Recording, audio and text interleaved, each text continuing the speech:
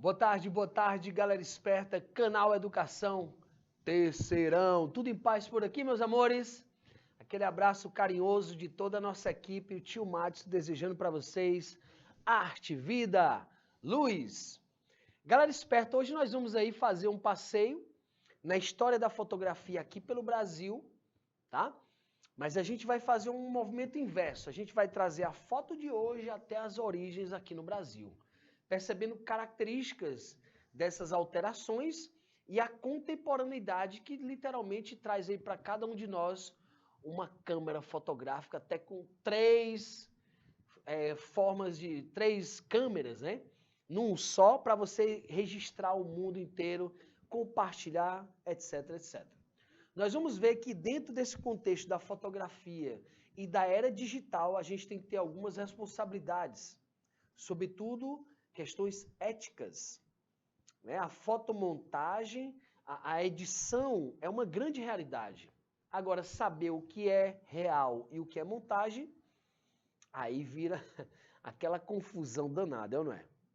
Nós vivemos aí recente na política fake news e ninguém sabia quem falava a verdade, A, B, C ou D, porque precisamos de ética para poder utilizar esses recursos. Ok, galera? Então, todos vocês convidados aí a compartilhar o link da aula, participar da aula, tá bom? Ribeiro Pinas, Rosário, São Gonçalo do Piauí, Uruçuí, aquele abraço carinhoso a cada um de vocês. Querida Bianca, Patrícia Santos, sejam bem-vindos, tá, amores? Fiquem à vontade para interagir, perguntar, participar da aula. Show? Então, o nosso contexto é a história do fotografia aqui no Brasil, tá? A gente vai fazer esse caminho, só como eu estou dizendo, eu vou fazer um caminho inverso. Eu vou trazer a fotografia hoje para a gente chegar até as origens aqui no Brasil, beleza? Então, olha aí o nosso querido Rio de Janeiro, né? Uma fotografia de Mark Ferres, em 88. A máquina fotográfica é o daguerreótipo, ok? Que usa uma técnica relativamente simples. Eles utilizavam a técnica pinhole, né, pinhole.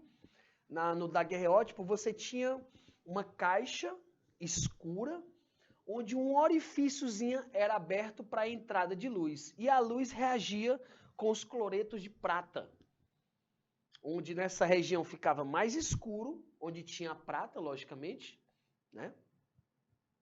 E onde a luz do sol entrava com maior intensidade. Beleza?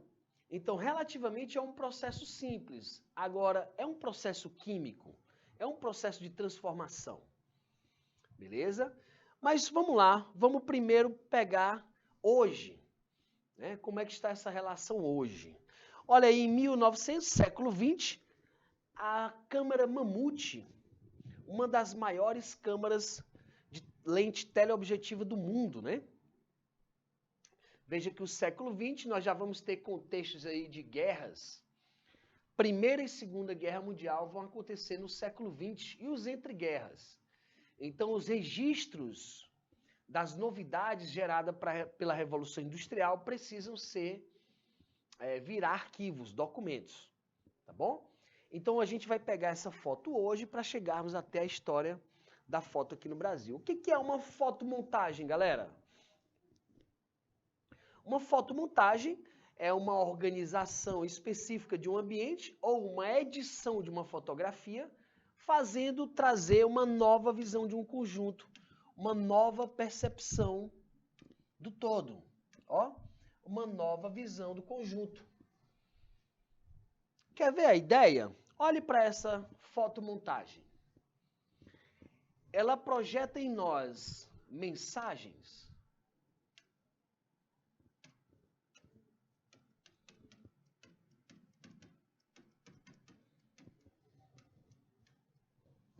Ela projeta em nós mensagens. Qual seria a mensagem que tem nessa obra? Bianca, boa tarde, boa tarde. Patrícia Santos, Gisele Alves, galera de Uruçuí. Qual a mensagem que teria aí para vocês? Existem várias, né? Cada um de vocês vai interpretar de acordo com o seu repertório cultural. Então, essas mensagens, elas precisam do nosso repertório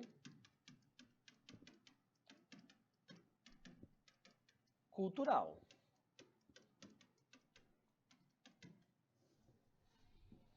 Beleza?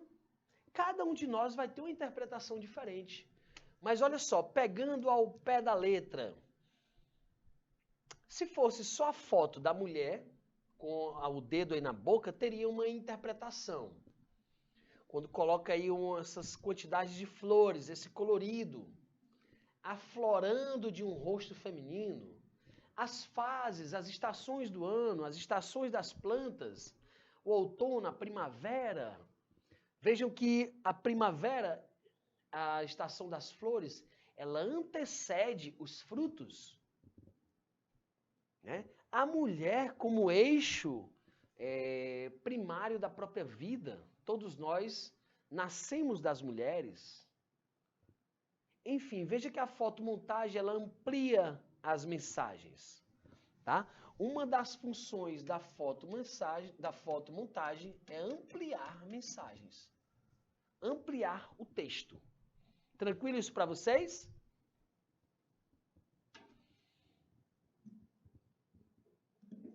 Bora, galera. Eu quero ver aqui pelo menos um boa tarde, viu? Eu tô vendo aqui na aula anterior, a Bianca falou com a tia. Galera do Uruçuí, Canavieira, cadê vocês? Dá uma boa tarde aí pro tio, vamos interagir, vamos conversar. Precisamos desse diálogo, tá bom, galera? A interação de vocês é altamente importante para que a gente possa sentir se estão entendendo, se está chegando bacana. Beleza? Então a fotomontagem, ela amplia as mensagens. Hoje existem diversos aplicativos, alguns gratuitos, outros pagos, para que você escolha aí uma forma de entretenimento ou uma forma de você, literalmente, levar simbolismo, levar mensagens por meio da fotografia. Tá bom? Interessante que hoje, como nunca, manipular áudio e vídeo é algo surreal, né? Existem vários aplicativos que fazem essa alteração na imagem, beleza? Olha aí o que nós chamamos de perspectiva forçada.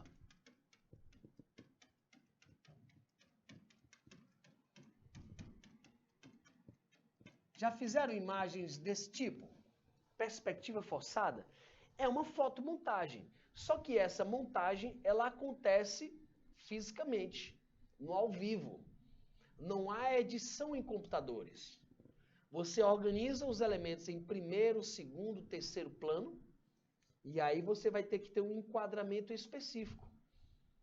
É uma ideia também de fotomontagem. Beleza? Olha aí que interessante, ó. Essa moça está aqui segurando a cabeça da esfinge, e ali aqueles demais estão em outro ângulo, né? Fazendo aí a sua perspectiva forçada também. Beleza, galera? Amplia ou não amplia a mensagem? Né? Interessante. Fotos dentro de contextos diferentes. Olha essa outra imagem. Essa fotografia agora de 1880. A chegada das tropas napoleônicas ao Egito. E aí eles arrancaram até o nariz da esfinge, né, galera? A esfinge de Gizé. É uma das maravilhas do mundo moderno, né? Perdão, do mundo antigo. A esfinge, os complexos de Gizé, as 3 pirâmides, Kelp, Khéops e Mycerinus. Uma das civilizações mais enigmáticas do mundo, os egípcios. Se hoje estivessem vivos, seriam os mais inteligentes da Terra, com certeza. Porque tinham conhecimentos que ainda hoje a gente está pesquisando, né? Mas veja que a fotografia mudou a época, muda o contexto. A prima aí chega e papoca logo um beijo na esfinge. Isso era possível no tempo do Egito? você beijar um faraó, não é bem assim, né? Você tinha que, no mínimo, nascer em família nobre, sobretudo príncipes e rainhas do Egito. Tá? Então, galera, veja que a fotografia ela tem algo interessante, porque ela marca uma época, marca um contexto, faz lembrar memórias, faz documentos históricos. Então veja que aí, mais uma vez, o daguerreótipo entra em ação, né, registrando essas maravilhas memoriais. Né? Hoje nós temos aí vários e vários livros, pesquisas em torno da civilização egípcia. Ok, meus amores? Show de bola. O que é realmente uma fotomontagem? Ele diz aí, ó, fotomontagem é um processo de se fazer composição fotográfica, cortando e reunindo outras fotografias, podendo ser de jornal, revista, foto realmente. A imagem gerada, às vezes, é fotografada novamente para voltar a esse formato fotográfico. Imaginei que você pegou uma foto sua, começou a fazer colagens nela. Encheu a sua foto de colagem, de revista, jornal, outras fotos. Aí depois você fotografa aquela montagem de novo, para voltar a esse formato fotográfico. Beleza? Um método similar, mas que não emprega filme, é realizado atualmente através de softwares de edição de imagem. Essa última técnica é chamada pelos profissionais de composição, composite, né? É também conhecida informalmente como Photoshop. Você tem aplicativos como Photoshop, CorelDRAW, outros filtros, né? Existem aí alguns aplicativos que têm interesses comerciais. Vocês já viram um aí bem interessante, ao mesmo tempo até assustador. Teve um que é de harmonização facial. Você não precisa pagar uma cirurgia para ver o seu rosto com essa modificação estética. O filtro promove isso. É legal? É. Porém, pode gerar outros tipos de prazeres, né? Assim como hoje você pode editar uma imagem, você pode editar o seu rosto. Ah, eu quero que meu rosto fique parecido com o fulano. Olha como isso é complexo também. A fotomontagem parece que veio para o nosso dia a dia. Tem pessoas que usam essa ideia de montagem, né, para montar uma imagem idealizada. Isso é uma das grandes realidades da modernidade, da contemporaneidade, tá bom? A fotomontagem que era só na foto, no papel, hoje vem até para nós mesmo. Ah, o ouvido, eu quero um ouvido parecido com o ouvido de fulano de tal, a orelha, perdão. Eu quero um nariz parecido com o nariz de fulano. Você pode fazer uma cirurgia e se tornar parecido com aquilo. Então isso é complexo, é até perigoso. Tá bom, meus amores? Show de bola? Olha aí o Banzanini trazendo pra gente uma fotomontagem. E aí pergunto para vocês, qual foi a mensagem que chegou aí para vocês? Qual foi a interpretação que vocês acharam aí para esta imagem? Poderiam escrever aí para mim, pro tio? Galera de São Gonçalo, Uruçuí, Ribeiro Pinas, Pajeú. Um abraço carinhoso em vocês, amores. Bianca. Cadê a Bianca, minha irmã? Dormiu, Bianca? Não pode dormir, hein? E aí, alguém poderia interpretar essa imagem? Rosário Alves.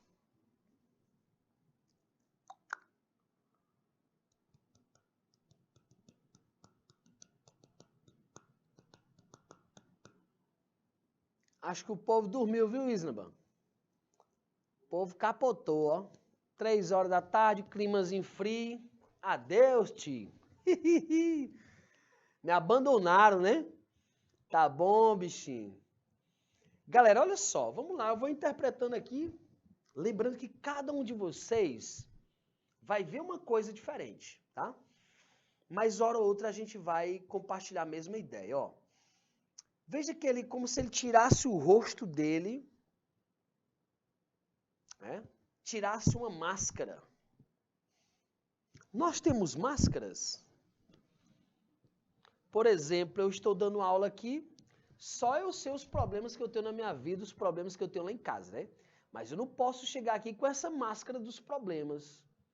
Eu tenho que inspirar vocês a vida, a trabalho, a pesquisa, a questionamentos, a participar da aula, né? Mas cada um de nós tem uma espécie de máscara e isso é adaptável, é modificado, dependendo do ambiente que você se encontra. Logicamente que essas máscaras devem ser as mais transparentes possível, para a gente não ser pessoas falsas. Mas outra coisa, vamos pegar aqui, imagine que esse rosto seja um celular. Hoje você olha pelo celular várias outras culturas e a gente vai com essa máscara da tecnologia em outras culturas. Quem somos nós lá no Instagram? É aquele todo bonitinho, arrumadinho que está na festa? Ou aquele que está deitado, às vezes, ali, cansado, só olhando as imagens? Estão entendendo as reflexões? A fotomontagem, ela pode gerar reflexão, ela pode gerar afastamento, ela pode gerar um enfado, tá? Ela pode gerar uma sensação angustiante ou de liberdade, ela pode libertar ou prender.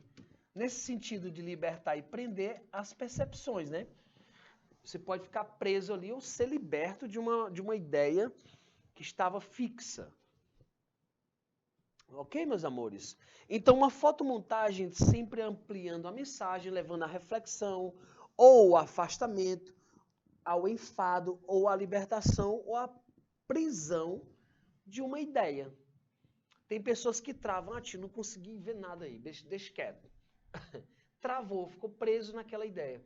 Porque aqui ele busca em nós algo chamado de conceitual. O que é isso, tio? A arte da mente. Você vai pensar. Você vai questionar isso. Por que isso está assim? Qual o significado disso? Beleza, meus amores? Olha aí essa fotomontagem já mais forçada, digamos assim. O texto diz aí que são 16 imagens manipuladas no Photoshop com a intenção de formar uma paisagem real. E aí, galera? Alguns filmes vocês já assistiram que o efeito é fraco?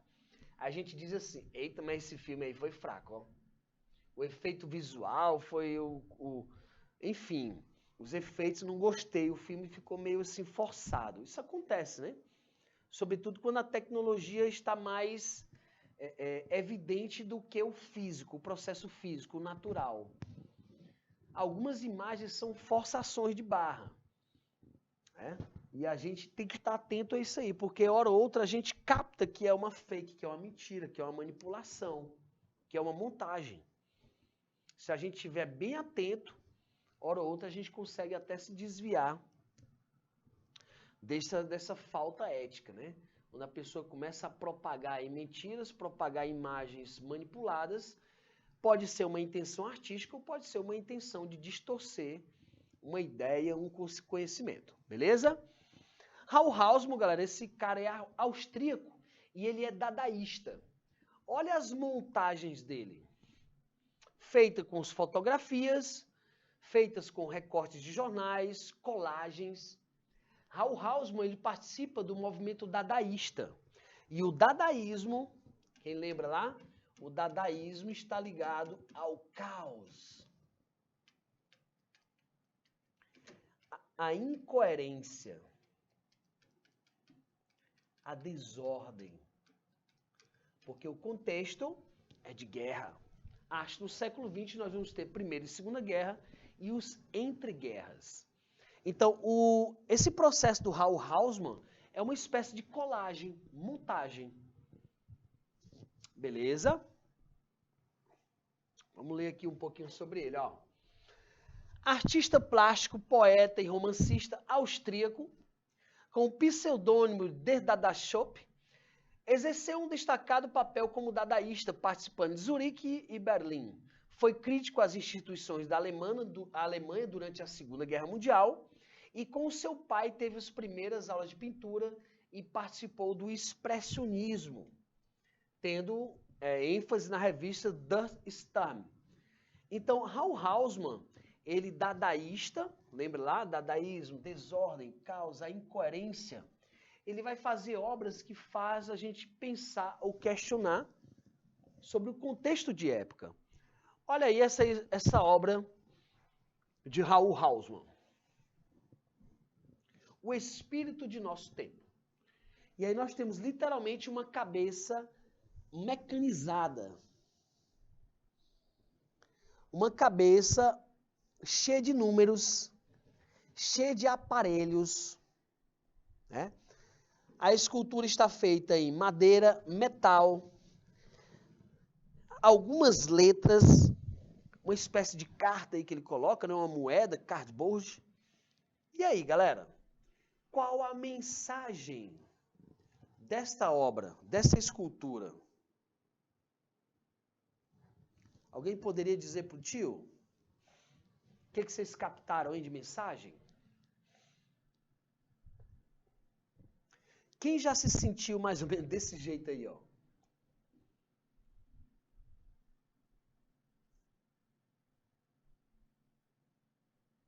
Por exemplo, galera, a matemática. A matemática é maravilhosa, não é? Mas tem hora que a gente estuda tanta coisa que não aplica no nosso dia a dia. Por exemplo, os polinômios. Você vai ter lá a própria relação Bhaskara, né? Bhaskara já é mais aplicável. Mas veja que outras relações, logaritmo, a linguagem dos computadores ela é numérica, ela é binária. Mas, hora ou outra, a gente aprende cálculos que nunca usaremos, mas não sabemos fazer a roupa, não sabemos plantar o que comer. Então, hora ou outra, enche nossa cabeça de informação desnecessária, ou que não usaremos, pelo menos naquele momento. E aí perdemos habilidades, não sabemos costura, não sabemos eletrônica, a parte da agricultura ali, a gente não sabe nem qual é a melhor fase da lua para plantar. Então, enche nossa cabeça de coisa e tiram habilidades da gente. E aí a gente vai ter que comprar tudo feito. Comprar roupa, comprar comida com agrotóxico, mas nós precisamos comprar feito. E aí por isso que ele coloca o espírito do nosso tempo, uma cabeça cheia de números, cheia de informações e pouca prática. Ok, meus amores? Isso é uma grande realidade, né? Eu lembro, antigamente a gente tinha uns cursos técnicos e você aliava a teoria à prática. Hoje é muito mais teórico, né? Uma carga teórica imensa e pouca prática. Olha, apareceu um boa tarde, Rafaela Feitosa. Você acabou de ganhar um prêmio, mãe. Estava aqui em leilão, quem desse o primeiro boa tarde ganharia um prêmio, viu? Show, Rafaela. Obrigado pelo carinho, querido. Boa tarde. Saúde. Rafaela, estamos falando aí do dadaísmo, estamos falando de fotomontagens e vamos chegar na história da foto aqui no Brasil. Olha só. A gente fez um caminho inverso, de trás para frente. Nós estamos vendo uma foto de uma escultura que foi feita em 1919, dentro de uma guerra, literalmente. A Primeira Guerra Mundial, que é de 1914 até 19, né? Perdão, são 6 anos, até 1920. Aliás, como é mesmo? É até 18, né? É a Primeira Guerra, são 4 anos, e a Segunda são 6, é isso? É, 4 e 6 anos, são 10 anos de guerra. Então, esse contexto, galera, veja que ele é a inspiração do artista e reflete com o engajamento. O artista tem uma percepção social.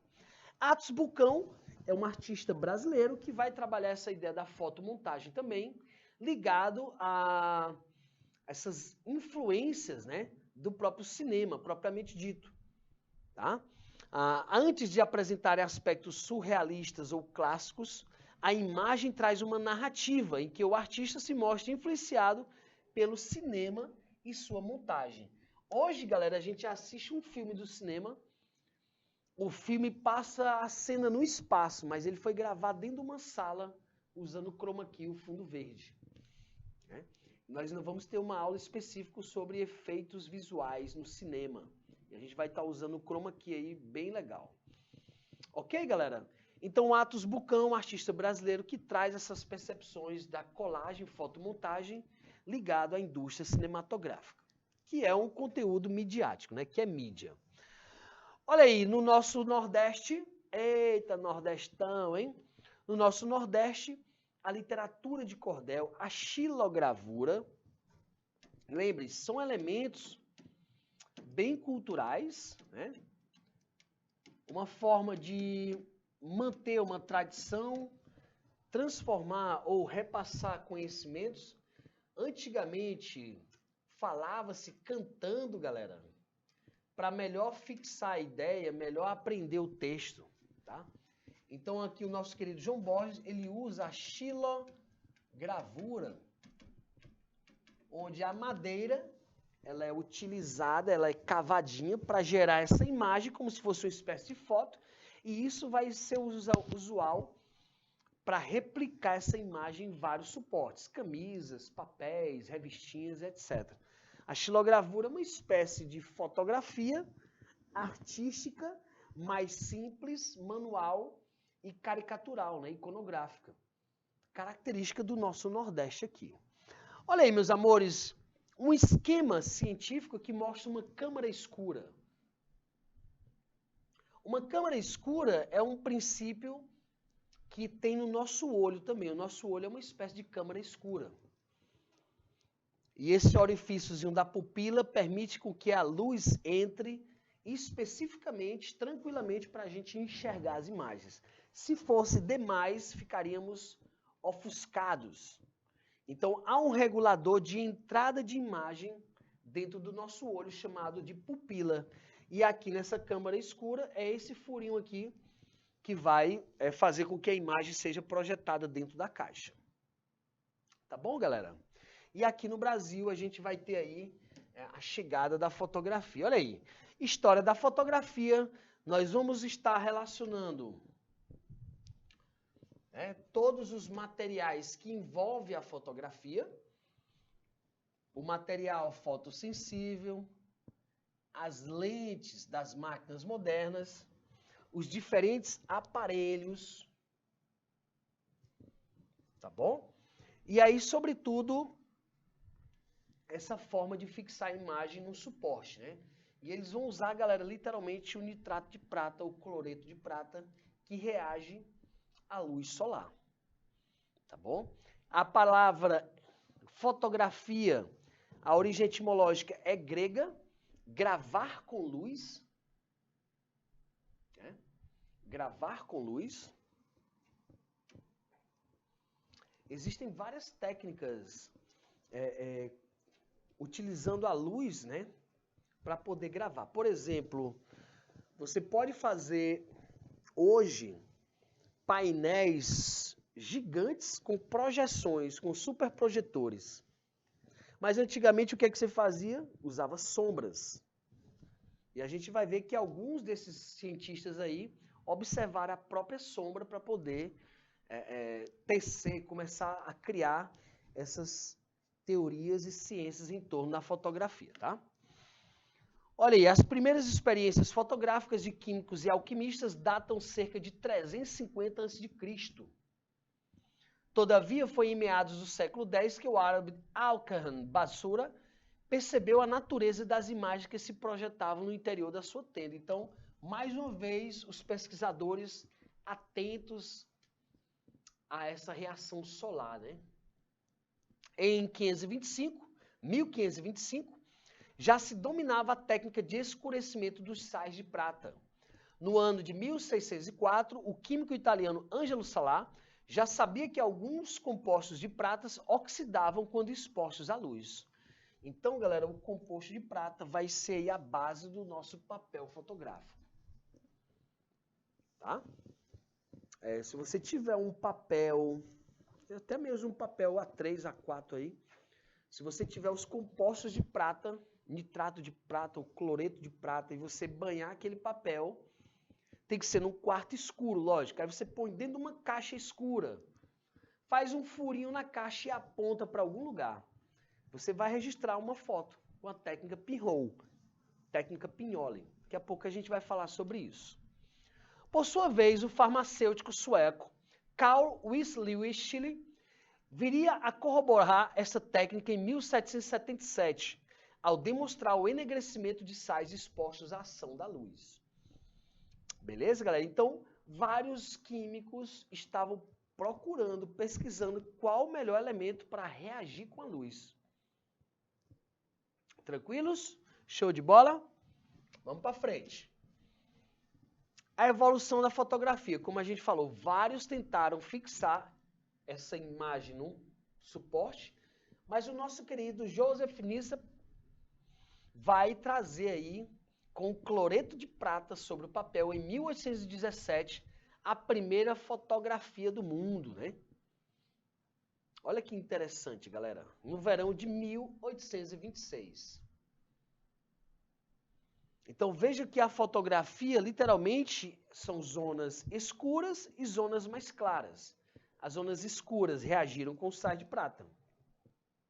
Sobretudo, as mais claras é onde o sol estava mais intenso, mais brilhante. Onde tinham regiões de sombra, ele dá essa escurecida, né? Então, todo um processo, né, leva a essa composição. E aí, galera, Luiz Compite é um dos primeiros brasileiros a ter a máquina chamada de daguerreótipo. Tá?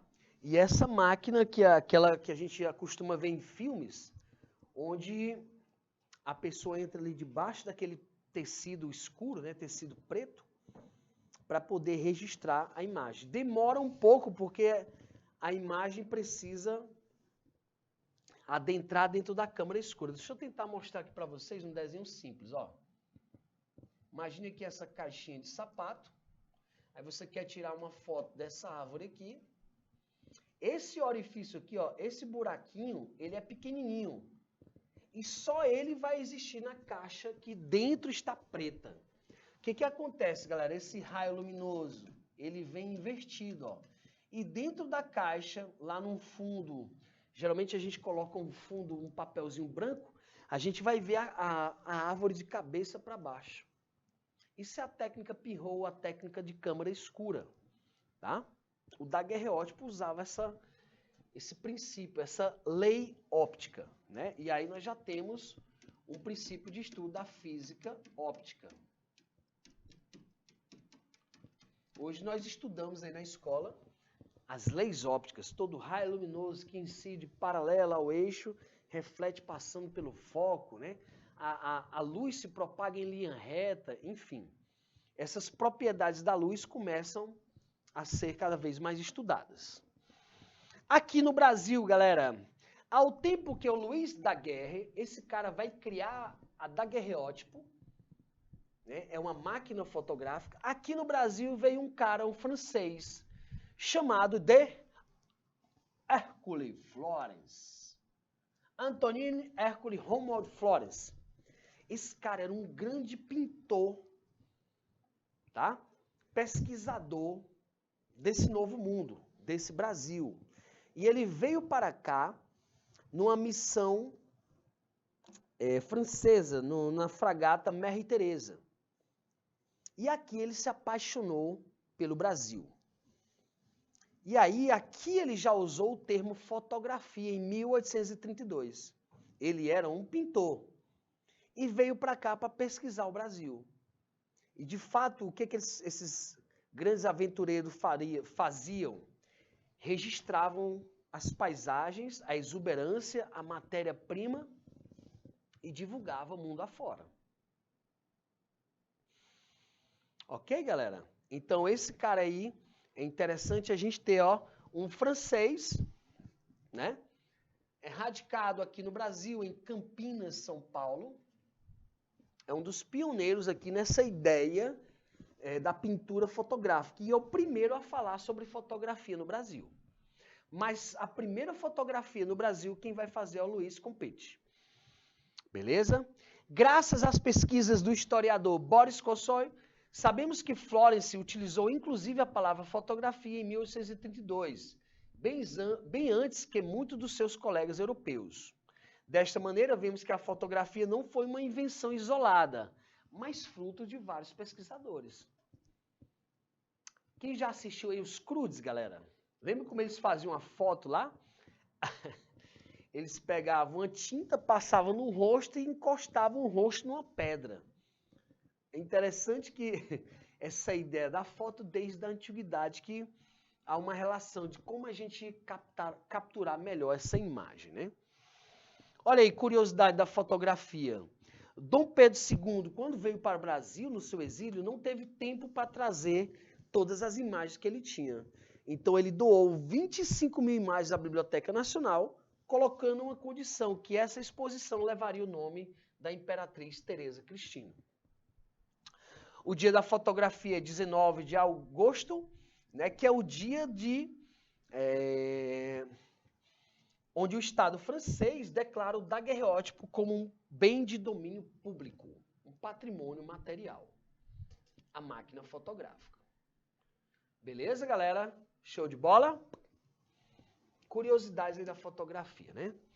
Entre tantos debates acalorados, quem criou a máquina fotográfica, veja que o Hércules Florence aqui no Brasil, ele vai se sentir traído, porque ele estava fascinado pelo Brasil e essa ideia de registrar essas potências brasileiras. Só que ele não estava sendo reconhecido. Na verdade, ele se sentiu, foi exilado aqui no país. Como se a galera tivesse mandado ele viajar, né, para conhecer esse novo mundo e depois ele se pega aí num aspecto meio de solidão, meio que abandonado e frustrado literalmente. Ok, galera? Show de bola. Olha aí uma pintura do nosso querido Oscar Pereira da Silva. Oscar Pereira da Silva, ele vai ingressar na Academia Imperial de Belas Artes.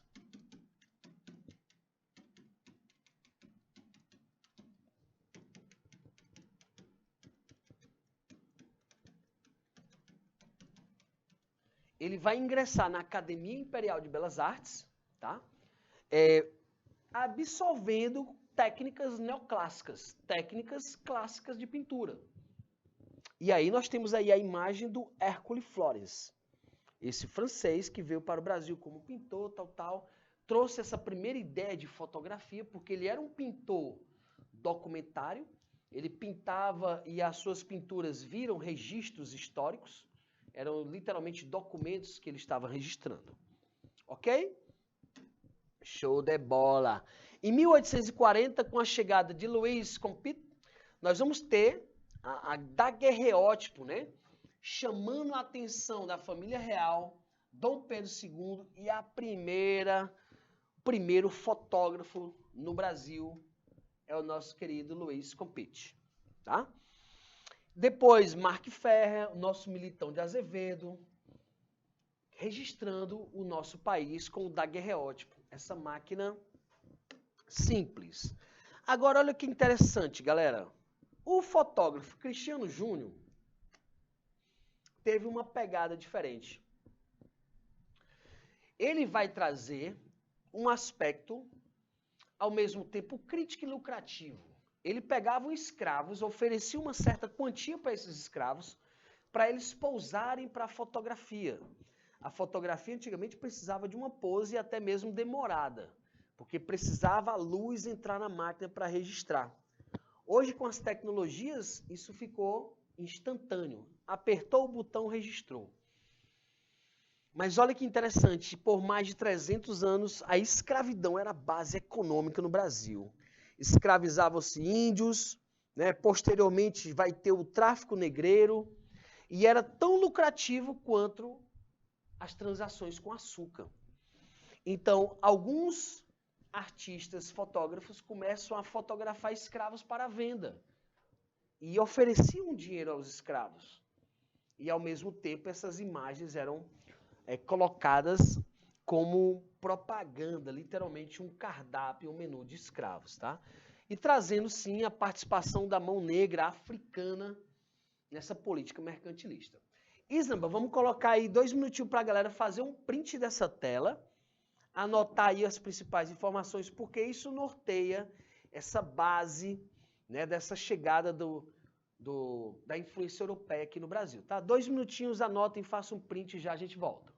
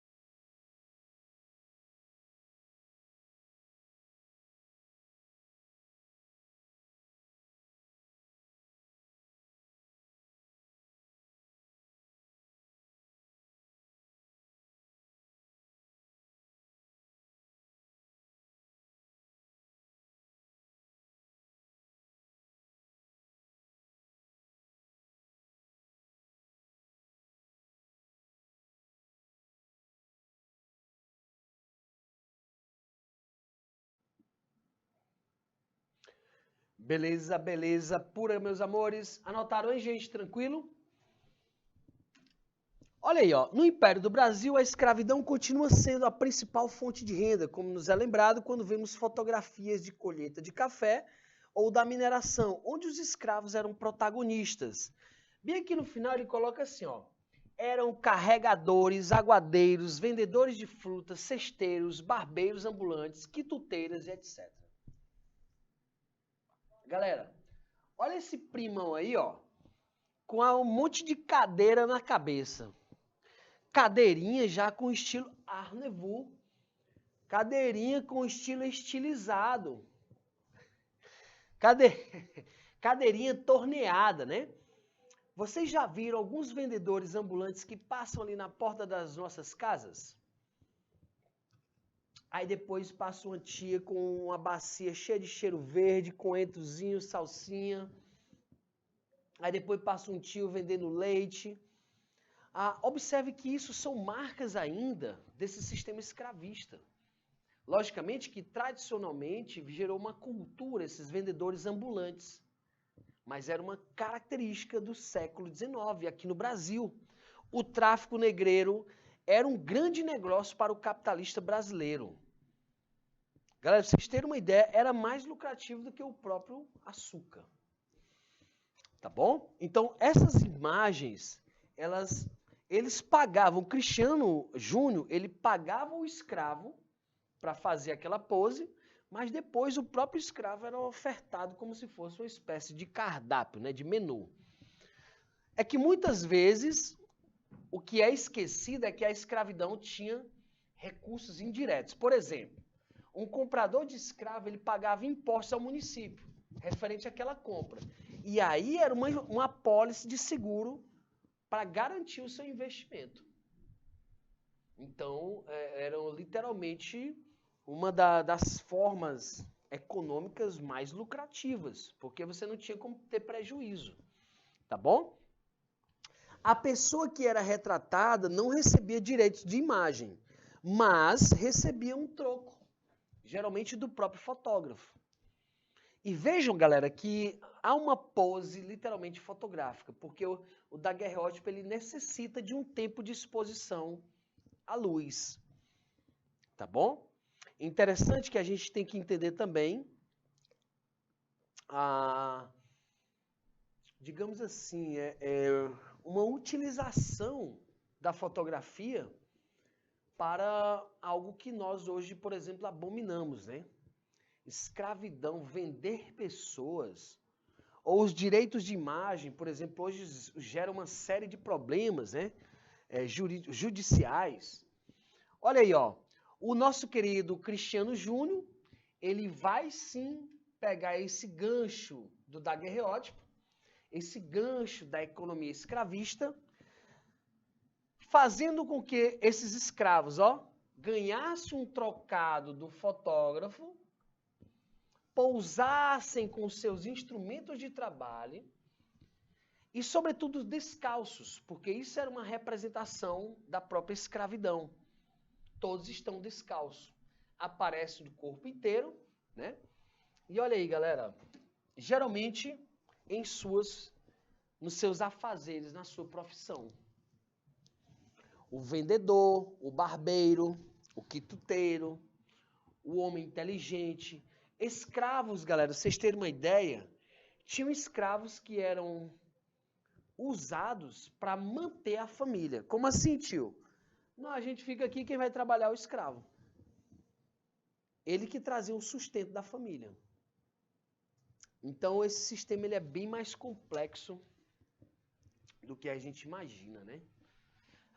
Poderia sugerir aí um filme, galera, para vocês assistirem, o Django Livre. É bem interessante porque ele traz esse sistema escravista lá nos Estados Unidos, para lá, né? Então, a gente vai ter também essa referência em outros lugares também, ok? Olha aí, meus amores, vamos fazer uma questãozinha para a gente ir fechando a aula, né? Olha aí, a primeira questão. Neste ano de 1832, no dia 15 de agosto, estando a passear na minha varanda, vem-me a ideia que talvez se possa fixar as imagens da câmara escura por meio de um corpo que mude de cor pela ação da luz. Este registro é atribuído a um dos pioneiros da fotografia. Ele viveu na Vila de São Carlos, hoje Campinas, São Paulo. Suas experiências antecederam a invenção do daguerreótipo, de Louis Daguerre, em 1839. O seu pioneirismo foi reconhecido na obra de Boris Kossoy. Em 1980, lançou um livro dedicado a... Galera, nós falamos aqui num nome super importante, nosso querido Hércules Flores. Não é isso? Ou não? Viveu na Vila de São Carlos, Campinas, é um francês, é radicado aqui no Brasil, o Hércules Flores, tá? Esse cara fez um registro altamente importante no nosso Brasil, sobretudo esse Brasil ainda em sistema de colônia. Olha aí a próxima questão, galera. Para Martins, Pykhowski e Telles, as gramáticas das linguagens da arte muitas vezes são imbricadas em inventivas formas poéticas que dão feições a cada uma delas. Vocês entenderam essa leitura? Olha o que ele diz aí, ó. São imbricadas em inventivas formas poéticas que dão novas feições a cada uma delas. Como exemplo, são produções artísticas que combinam elementos do teatro, da dança, da música e das artes visuais. Então, nós vamos pegar isso daqui, ó, teatro, dança, música e arte visual, e ver o que se encaixa em cada uma delas. A resposta correta, as 3 alternativas que tem aqui precisam encaixar em teatro, dança, música e artes visuais. Lembrando, a foto e vídeo são as principais formas de registrar essa temporalidade da arte, essa efemeridade na arte. Então vamos ver a letra A, ó, o happening. O happening pode ter teatro, dança, música e arte visual? Pode. Ocupações pode ter teatro, dança, música e arte visual? Pode. Fotografia. Teatro, dança, música e arte visual. Fica um pouco estranho. Fica um pouco estranho. Letra B. Intervenções urbanas pode ter teatro, dança, música e artes visuais? Sim. Grafite, teatro e música? Já ficou estranho. Murais, já ficou estranha a música, né? Desenhos, já ficou estranha a música. Instalações, pode ter teatro, dança, música, artes visuais. Videoclipe, pode ter teatro, dança, música, arte visual. Performance, pode ter teatro, dança, música ou arte visual. Aqui na letra A, galera, a fotografia, ela pode ter música e ela pode expressar um teatro. Porque hoje já temos fotos animadas, GIFs, Reels, pequenos vídeos animados, né? Mas vamos ficar aqui com a letra E, de excelente, tá? Para a gente não perder essa ideia desse imbricado de novas formas. A instalação, galera, ela pode ter tudo isso, os videoclipes pode ter tudo isso e a performance pode ter tudo isso. É o que chamamos de híbrido na arte, misturas. Ok? Vamos para mais uma, galera? Dá tempo para mais uma? Show de bola!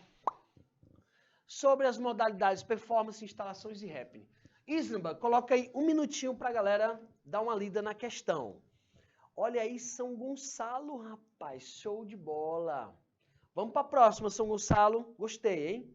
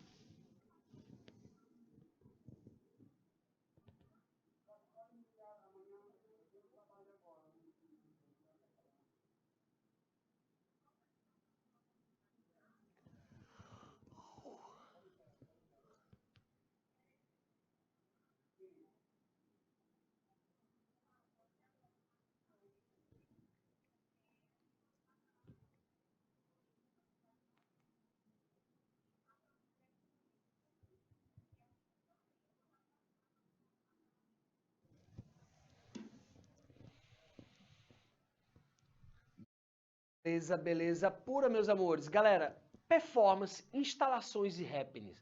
Essas 3 modalidades artísticas contemporâneas precisam de fotos e vídeos, porque são efêmeros. Depois que acontece, já era. Se não registrou, ninguém vê nada. Então, aprende-se que o receptor, que o público está diante de obras que necessitam de uma mediação estética para que a significação ocorra pela interação do público com perguntas sobre a temática da obra? Não, galera. A temática ela vai estar ali na cara. Você vai interpretar a função, a mensagem. O tema geralmente fica ali explícito ou implícito, né? Letra B. Despertam a contemplação ativa do olhar do receptor. Interessante. E a significação se dá unicamente em termos da visualidade. Não. Porque lá eu posso ter sons, e som não é visual, é auditivo. Ok? Letra C, visa uma convocação multissensorial. E a significação é produzida na apreensão sinestésica. Interessante a letra C, né? Vamos para a letra D. Convocam o corpo do receptor e a produção da significação depende do conhecimento do público, do receptor, sobre a poética pessoal do artista. Não, galera. A poética pessoal do artista é dele. Você não precisa conhecer isso, você pode estar ambientado ali. Mas a significação é produzida pelo seu prazer, pela sinestesia. E a letra C de canal educação, de cuscuz, de comida. Tá bom, galera? Show de bola? Vamos para mais uma? Dá tempo?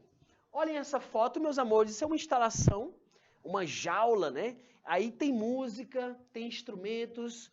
O nome disso é Doutor Estranho. E a questão vem aí, ó. A fotografia mostra a obra Gabinete do Doutor Estranho, em um estúdio jaula. Nessa jaula com instrumentos, o músico Livio Trachtenberg maneja sons colhidos da participação dos visitantes, ou que podem ser enviados diretamente ao artista por e-mail. Livio se transforma em Doutor Estranho e compõe uma sinfonia com esses pedaços de sons que mandam para ele. Tão estranhos quanto o mundo em que vivemos e tão estranhos quanto a paisagem sonora que nos rodeia.